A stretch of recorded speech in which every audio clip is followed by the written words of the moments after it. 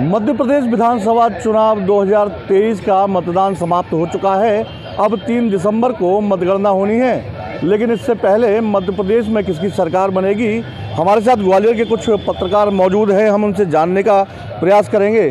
Sir, आप बताइए कि मध्य प्रदेश में चुनाव हो चुका है, अब मतगणना बाकी है, तो किस तरह से देखते हैं इस बार के चुनाव को आप? देखिए, इस बार का चुनाव पूरा साइलेंट चुनाव रहा है। मतदाता पूरी तरह से शांत रहा है। ये पता नहीं चल पाया है कि आखिर वो किसकी तरफ है, लेकिन जो मतदान प्रतिशत बढ़ा है उससे काफ़ी ये आशंका रहती है कि मतदान प्रतिशत जब भी बढ़ता है सरकार के पक्ष में रहता है, जो भी सत्तारूढ़ पार्टी होती है उसके पक्ष में रहता है। लाडली बहना हमने देखा, कई मतदान केंद्रों पर महिलाओं की लंबी लंबी कतारें लगी थी, उसका फ़ायदा बीजेपी को मिल सकता है। लेकिन ये भी सुनने में आ रहा है और लोगों से जब चर्चा हुई तो ये बात रही है आप में कि जो युवा है वो इस बार बहुत निकल के बाहर आया। युवाओं ने भी मतदान किया और उसके जहन में तमाम चीज़ें थीं, पटवारी भर्ती घोटाला, बेरोजगारी और बहुत सारी ऐसी चीज़ें थीं कि जो युवा कह रहा था कि उनको रोज़गार नहीं मिल पा रहा है, और कहीं ना कहीं इस मूड में था कि परिवर्तन की लहर कहीं ना कहीं उनके मन में लग रही थी। लेकिन भारतीय जनता पार्टी ने जिस तरीके से 2 महीने की अगर हम पहले की बात करें तो मई माह में जो था, जून में, वो बहुत लॉस में थी बीजेपी। लेकिन लाडली बहना ने उनकी जो योजना थी उसने महिलाओं को घर से बाहर निकाला और ये कहा गया कि 3,000 रुपये तक उनको आगे मिल सकता है, तो उससे महिलाएं बाहर आई और एक अच्छा मतदान प्रतिशत रहा।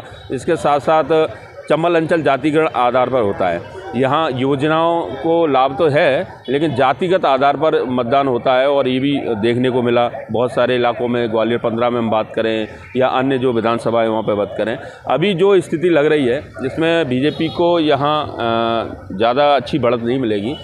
34 सीटों में अगर हम बात करें तो 24 से 25 सीटें ऐसा माना जा सकता है कि कांग्रेस के पक्ष में जा रही हैं, कुछ बीजेपी के में जाएंगी, और बहुजन समाज पार्टी भी एक बड़ी यहाँ पर पार्टी उत्तर प्रदेश से लगी हुई है, जो कई सीटें हैं जिसमें जो सुमावली विधानसभा है वहाँ कुलदीप लड़ रहे हैं, तो उनके पक्ष में भी वहाँ लग रहा है कि माहौल अच्छा था। इसके अलावा आपने देखा होगा कि दिवनी जो केंद्रीय मंत्री नरेंद्र सिंह तोमर की जहाँ चुनाव लड़े, वहाँ एक बलवीर डंडौतिया की अच्छी फाइट है और वो भी बहुजन समाज पार्टी से हैं। तो इस तरह से एक अटका हुआ चुनाव कहते हैं कि ग्वालियर चंबल अंचल में चुनाव पूरी तरह से विधानसभा में अटका हुआ है। स्पष्ट कोई कुछ नहीं कह सकता कि कौन कहां से जीतेगा, जो पहले आकलन लग जाता था, तो ये स्थिति अभी बनी हुई है। भारतीय जनता पार्टी ने अपने कई दिग्गजों को इस बार मैदान में उतारा, क्या इसका फ़ायदा मिलेगा भारतीय जनता पार्टी को? भारतीय जनता पार्टी ने जो अपना शीर्ष नेतृत्व में उन्होंने जो कायाकल्प किया है, यहाँ अपन मान रहे थे कि बीजेपी वाले जो है कुछ समय पहले कमज़ोर थे, लेकिन जो शीर्ष नेतृत्व प्रधानमंत्री मोदी भी यहाँ मध्य प्रदेश की उसमें कूद पड़े। उन्होंने एमपी के मन में मोदी नारा दिया और इससे भाजपा को थोड़ी बढ़त मिली। यहाँ अपन सोच रहे थे कि कुछ ना कुछ गड़बड़ होने वाली है, रूमर चल रही थी कि चलो कांग्रेस आ रही है, कांग्रेस आ रही है, लेकिन यहाँ कांग्रेस नहीं आ रही। अब कांग्रेस नहीं आ रही है क्योंकि उनका जो नेतृत्व था, सारे के सारे लोग एकदम चुनाव में कूद पड़े मिलकर। यहाँ अपन दूसरी सीटों की बात करेंगे तो दिमनी की करें या अपन सीधी की बात करें, सीधे प्रधानमंत्री मोदी चुनाव लड़ रहे थे और इस कारण उन्होंने कुछ सीटों पर कब्जा कर लिया है, जो कि भाजपा को बढ़त नहीं थी, लेकिन अब कांटे की टक्कर फंस गई है। अपन किसी भी सीट को अब ये नहीं कह सकते कि कहीं से भी कोई क्लियर कर रहा हो कि ये मेरे पक्ष में जा रही है, ऐसी कोई सीट नहीं है। जहाँ उन्होंने कहा था कि चंबल संभाग में दिग्विजय सिंह ने कहा था कि अपने ज्योतिरादित्य सिंधिया गद्दार साबित हो रहे हैं, लेकिन नहीं, वहाँ उन्होंने भाजपा ने ये पूरी की पूरी कायाकल्प पलट के रख दी। प्रधानमंत्री मोदी ने जिस प्रकार से सिंधिया को लिया है साथ में, उससे राजमाता को जोड़ते हुए उन्होंने उनकी कायाकल्प को पूरी तरीके से परिवर्तित कर दिया और उनका फ़ायदा उनको मिला है। ऐसा नहीं है कि उन सिंधिया को कोई गद्दार कह रहा हो, इस चुनाव में कहीं पर भी सिंधिया को गद्दार नहीं कहा गया है। इसका फ़ायदा पूरी तरीके से उनको मिल रहा है। दूसरी बात, शिवराज सिंह ने ये कहा कि कहीं से भी कोई चीज़ नहीं आ रही, लेकिन उन्होंने एक ऐन वक्त पर 3-4 महीने पहले जो लाडली बहना की है, सुबह जो चुनाव के मतदान में वोटिंग हो रही थी उस समय कोई लाडली बहना नहीं दिखाई दी है, लेकिन 2-3-4 बजे के बाद आपने देखा हो तो लाइन लगी थी महिलाओं की लाडली बहना की। अब ये लाडली बहना उनके पक्ष में यदि गया है तो आप साफ कह सकते हैं कि यहाँ कोई अभी अपनी पार्टी बनाने का या अपनी सरकार बनाने का दावा पूरी तरीके से नहीं कर सकता है। हाँ, ये है कि यहाँ संघर्ष की टक्कर हो चुकी है, जातिगत लड़ाइयाँ भी हो चुकी हैं और अपनी पार्टी को बचाने के लिए जिस तरीके से बीजेपी पूरे शीर्ष नेतृत्व के साथ में, चाहे वी डी शर्मा हो, चाहे शिवराज सिंह हो, चाहे नरोत्तम मिश्रा हो, ये भी अपनी सीटें बचाने के लिए कूद पड़े हैं। जहाँ उन्होंने सांसदों को चुनाव लड़ाया है, वो उनकी एक टेक्निकल पूरी तरीके से प्लान और जिसको अपन कह सकते हैं कि एक सोची समझी साजिश है उनकी, मतलब कि रणनीति जो इसको अपन कह सकते हैं कि उन्होंने बहुत अच्छा किया ये करके। लेकिन वो कुछ वायरल वीडियो की वजह से कुछ चीज़ें होती रहती हैं, लेकिन मुझे लगता है कि चुनाव में इस बार ऐसा कोई देखने को नहीं मिला। जाति का जरूर देखने को मिला है, लेकिन आप ये कह सकें कि कोई पूरी पार्टी अपना नेतृत्व के सरकार बना रही है, ऐसा अभी अपन कुछ नहीं कह सकते हैं। चंबल संभाग में युवाओं की भी अच्छी खासी तादाद है, महिलाओं ने भी बढ़ चढ़कर हिस्सा लिया है, तो क्या लगता है युवाओं का जादू बोलेगा बीजेपी या कांग्रेस के पक्ष में? देखिए, चुनाव से पहले हमने एक तस्वीर काफ़ी ज़्यादा राजनीतिक गलियारों में देखी थी कि चाहे बीजेपी हो चाहे कांग्रेस हो, दोनों ने ही कहा था कि हम युवाओं को सबसे ज़्यादा टिकट देंगे।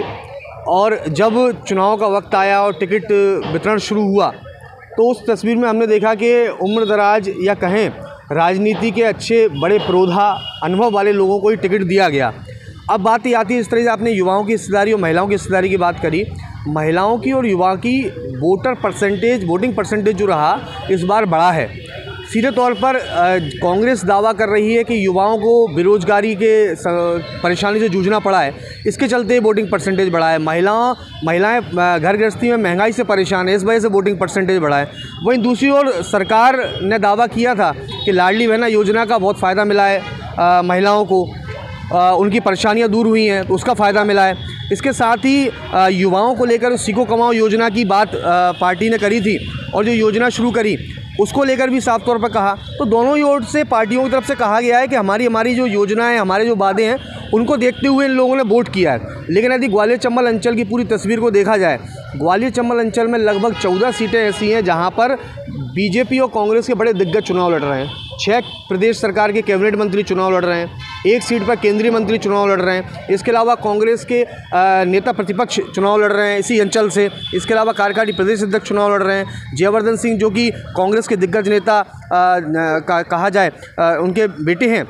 तो कहीं ना कहीं ये पूरी तस्वीर जो है वो ग्वालियर चंबल अंचल को काफ़ी मजबूती देती है और राजनीति के लिहाज से बहुत महत्वपूर्ण है। और ऐसे में युवाओं का वोटिंग परसेंटेज बढ़ना, इसके अलावा महिलाओं का वोटिंग परसेंटेज बढ़ना, ये सीधे तौर पर जो ईवीएम में भाग्य प्रत्याशियों का कैद किया है वो तस्वीर आगे नज़र आ जाएगी। लेकिन कहीं ना कहीं दोनों ओर से जो दावे हैं उन दावों की वास्तविक हकीकत क्या है वो 3 तारीख का रिजल्ट डिक्लेयर कर देगा। इस पूरे चुनाव में केंद्रीय मंत्री ज्योतिरादित्य सिंधिया की साख भी दाव पर लगी है, एक बड़ा नाम है चंबल अंचल में, तो क्या लगता है किस तरह से काम करेगा ये नाम? नहीं, बिल्कुल काम करेगा। सिंधिया जी के जिस तरह से मेहनत कर रहे थे पूरे चुनाव में, चंबल संभाग में जितने उन्होंने सवाएँ लिए हैं तो काम करेगा बिल्कुल। सिंधिया जी को लोग चाहते हैं चंबल संभाग में।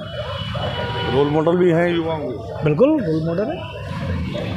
आप बताइए कि लाडली महिला जो योजना चलाई, लाडली बहना योजना, तो उससे कितना फ़र्क पड़ा है चुनाव में? इससे इस चुनाव में बहुत अंतर पड़ा है। लाडली में बहना योजना है और जैसे कि ये ग्वालियर के सीएम है, अपने एमपी के सीएम है, किसानों के हित में उन्होंने काम किया है कि हर किसानों को उन्हें हर साल 12-12 हज़ार रुपये दे रहे हैं। लाडली बहना 1200-1500 रुपये जो दे रहे हैं, उससे इस चुनाव में काफ़ी अंतर आया है। एक तरफा वोटिंग हुई है 2018 में और अब 2020 में, और अब कई प्रत्याशी आमने सामने पिछली बार की तरह, तो कितना देखते हैं इस बार क्या है? देखिए 2018 में जो लोग कांग्रेस में थे उसके बाद वो बीजेपी में चले गए। अब वो जिस पार्टी थी वो पहले 2018 में चुनाव लड़े थे, अब उसी के खिलाफ चुनाव लड़े हैं। तो बहुत सारी चीज़ें परिवर्तित हो जाती हैं। जैसे प्रद्युम्न सिंह तोमर 2018 में कांग्रेस से चुनाव लड़े थे जयवान सिंह पवैया के खिलाफ। अब जयवान सिंह पवैया उनकी पार्टी में वो हैं। तो अब सुनील शर्मा जो कभी 2018 में उनके साथ हुआ करते थे, उनसे चुनाव हुआ। इसी तरह से सतीश सिकरवार 2018 में बीजेपी से चुनाव लड़े थे वो, और सतीश सिकरवार 2018 में बीजेपी से चुनाव लड़े, अब वो बीजेपी के खिलाफ चुनाव लड़े हैं। इमरती देवी बीजेपी से चुनाव लड़ रही हैं, जो कभी कांग्रेस से चुनाव लड़ी थी। मोहन सिंह राठौर हैं जो पहले कांग्रेस में हुआ करते थे, वो बीजेपी से चुनाव लड़ रहे हैं। तो ऐसी परिदृश्य ग्वालियर चंबल अंचल में बहुत देखने को मिल रहे हैं, क्योंकि 2018 के बाद जब कांग्रेस सरकार आई और सिंधिया के साथ अधिकतर लोग यहाँ से, ग्वालियर चंबल संभाग से गए।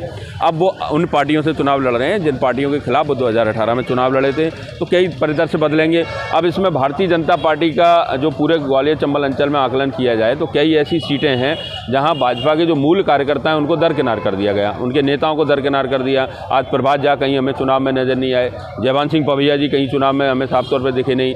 अनु मिश्रा जो कि एक कद्दावर नेता है, उनका एक अलग कद है, ब्राह्मण समाज में उनका एक अलग वजूद है। इसके साथ साथ वो एक पुराने नेता हैं, वो चुनाव में कहीं उपयोग नहीं किए गए। इस तरह से भारतीय जनता पार्टी के जो पुराने कद्दावर नेता थे वो इस चुनाव से नादार मिले, उनको या तो बुलाया नहीं गया या फिर वो मंच से आए नहीं। तो ये कहीं ना कहीं भारतीय जनता पार्टी को चंबल अंचल में जो एक राजनीति है इन नेताओं की, उससे जो लाभ मिल सकता है, जैसे अमित शाह उन्होंने रूठे फूफाओं को नहीं मनाना, जबकि प्रभात झा अपने आप में एक ऐसी शख्सियत हैं जो रूठे हुए लोगों को मनाने के लिए काफ़ी अपने आप में खासियत रखते हैं। अनु मिश्रा खासियत रखते हैं। जय सिंह कुशवाहा जो इस क्षेत्र में होने चाहिए थे वो ऐन वक्त पे उन्होंने कहा मैं पार्टी से इस्तीफा दे रहा हूं और दिमनी चले गए। बहुत सारे कार्यकर्ता ऐसे थे जो दिमनी में रहे, ग्वालियर में नहीं रहे, जिनकी आवश्यकता ग्वालियर पूर्व में थी, ग्वालियर दक्षिण में थी या फिर ग्वालियर सदर में थी। तो ऐसे कार्यकर्ता कई दिमनी चले गए। तो ये स्थितियाँ इस बार अलग हटके हैं। उपचुनाव की स्थितियाँ अलग हटके थी। उस समय जो देखा था कि एकजुटता के साथ चुनाव लड़ा था बीजेपी ने, इस बार ऐसा लगा नहीं कि एकजुटता है। कई नेता हाशिए पर रहे तो कई नेता घर बैठे रहे और कई नेता पीछे रहे। क्या इसका नुकसान उठाना पड़ सकता है बीजेपी को इस चुनाव में? बिल्कुल बीजेपी को ही नुकसान होगा। कांग्रेस के पास तो नुकसान उठाने के लिए कोई है ही नहीं, क्योंकि वो तो पहले से ही नुकसान में सरकार जा चुकी है। अब तो केवल एक ही फ़ायदा है कि सरकार अगर आ गई तो कांग्रेस को फ़ायदा है, बल्कि बीजेपी को इससे ज़्यादा नुकसान है। चलती हुई सरकार है, बहुत सारे नेता उनके नाराज़ हैं। कई नेता ऐसे थे जिनको टिकट नहीं मिला। नारायण सिंह कुशवाहा को टिकट मिला तो दक्षिण में कई ऐसे नेता थे जो हमें साफ तौर पर दिखे नाराज़ हैं, काम नहीं कर रहे थे। मुन्ना लाल गोयल, जब माया सिंह जी का टिकट फाइनल हुआ तो उन्होंने कहा कि एक ऐसे प्रत्याशी को टिकट दे दिया है जो 5 साल तक नहीं दिखी। फिर मुन्ना लाल गोयल बाद में चुनावी मैदान में उनके सहयोग करने आ गए। उन्हीं के लोगों ने सिंधिया जी के महल को घेरा। तो ये लगता नहीं है कि बहुत अच्छे दिल से वो आए हों, लेकिन चेहरे जरूर सामने थे। अब अंदर कितना मन मिल के मतदान करवाया होगा ये तो आने वाला 3 दिसंबर ही बताएगा। तो ये थे ग्वालियर के बुद्धिजीवी पत्रकार हमारे साथ, इनकी अपनी अलग अलग राय थी। और अब ये मध्य प्रदेश विधानसभा के चुनाव के 3 दिसंबर के नतीजे ही तय करेंगे कि मध्य प्रदेश में किसकी सरकार बनेगी। ग्वालियर से धर्मेंद्र शर्मा, TV9 डिजिटल, मध्य प्रदेश।